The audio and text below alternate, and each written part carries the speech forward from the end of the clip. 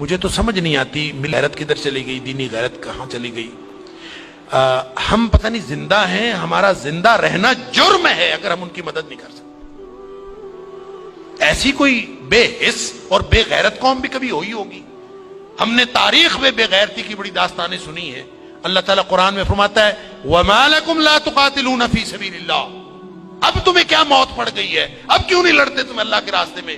والمستضعفین من الرجال والنساء والولدان الذین یقولون ربنا اخرجنا من هذه القرية الظالم اهلها۔ پوری دنیا پر ظلم کی داستانیں ساری دنیا دیکھ رہی ہے۔ مسجد اقصی کو آگ لگا دی گئی ہے، ہماری بچیوں کو، بہنوں کو، بیٹیوں کو وہ اپنے گھٹنے کے نیچے لے کے بیٹھے ہوئے ہیں، تصویریں سوشل میڈیا پر شیئر ہو رہی ہیں، بچے چھوٹے چھوٹے قتل کیے جا رہے ہیں، کسی کو غیرت نہیں آ رہی۔ مجھے تو یوں لگتا ہے یہ ہماری نمازیں، ہمارے سجدے کیسے قبول ہوں گے؟ ہم جو مجرم ہیں جو آرام سے بیٹھے رہیں، کیا کریں؟ بے بسی کی انتہا ہے۔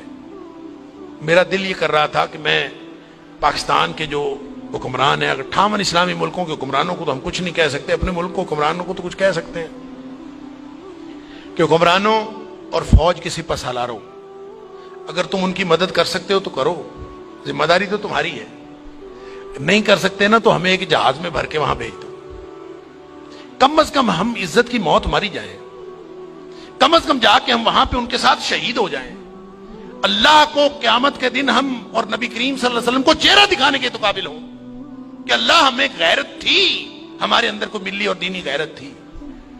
تو دعائیں ہو رہی ہیں، وہ کوئی کہہ رہا ہے کہ اللہ تو کو ابابیل بھیج دے اور ان کی مدد کر دے، کوئی دعائیں کر رہا ہے، کوئی دعائیں کر رہا ہے۔ اس طرح کے لوگوں کی دعائیں اللہ قبول کوئی نہیں کرتا۔ دعاؤں کے لیے بھی غیرت کی ضرورت ہے، آپ پہلے قدم اٹھائیں پھر اللہ سے دعا کریں۔ وہ بیچارے ساری ساری رات وہ لڑتے ہیں ان کے سامنے، دعا تو ان کی ہے، اور اللہ نے یہ آزمائش میں سمجھتا ہوں ان کی نہیں ہے، وہ تو جنتی ہیں، وہ تو انشاءاللہ بخشے ہوئے ہیں۔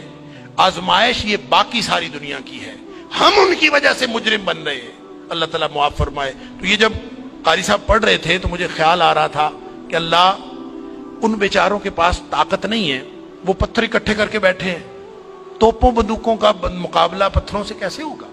یا اللہ تو ابابیل بھیج دے، اور تو جس نے ابرہہ کو اور اس کے لشکر کو تباہ و برباد کر دیا تھا، اللہ اس دور جدید کے ابرہہ کو جو ہماری مسجد اقصی کو تباہ کرنے کے لیے آیا ہے اور پوری ملت اسلامیہ دہشت گرد پھر مسلمانوں کو کہا جا، بدبخت پوری دنیا میں بدترین دہشت گردی کرتے ہیں اور پھر بات کرتے ہیں مسلمانوں کی دہشت گردی کرتے ہیں۔ میں تو سمجھتا ہوں پورے 58 اسلامی ملکوں کو اعلان جنگ کر دینا چاہیے، لڑتے لڑتے مر جانا چاہیے، اس زندگی سے وہ موت بہتر ہے۔ ہم نے کیا کیا ہوا ہے؟ کیسی زندگی، کیسا دین، کیا کلمہ پڑا ہوا ہے ہم نے، کیسی قرآن کی باتیں، کیا قرآن کے دروس۔ ہم یہاں سکون سے بیٹھے ہیں، پنکھے چل رہے ہیں، موج میلہ پانی پینے کو مل رہا ہے، نماز آرام سے پڑھ رہے ہیں، سجدے آرام سے کر رہے ہیں، وہاں ہماری بہنیں بیٹیاں لٹ رہی ہیں۔ کہاں گئی غیرت ہماری؟ انا للہ و انا الیہ راجعون۔ مجھے تو یوں لگتا ہے کہ شاید یہ ہمارے آرام سکون سے کیے ہوئے سجدے بھی کہیں جرم نہ بن جائیں۔ اللہ تعالی ہم سب کو معاف فرمائے۔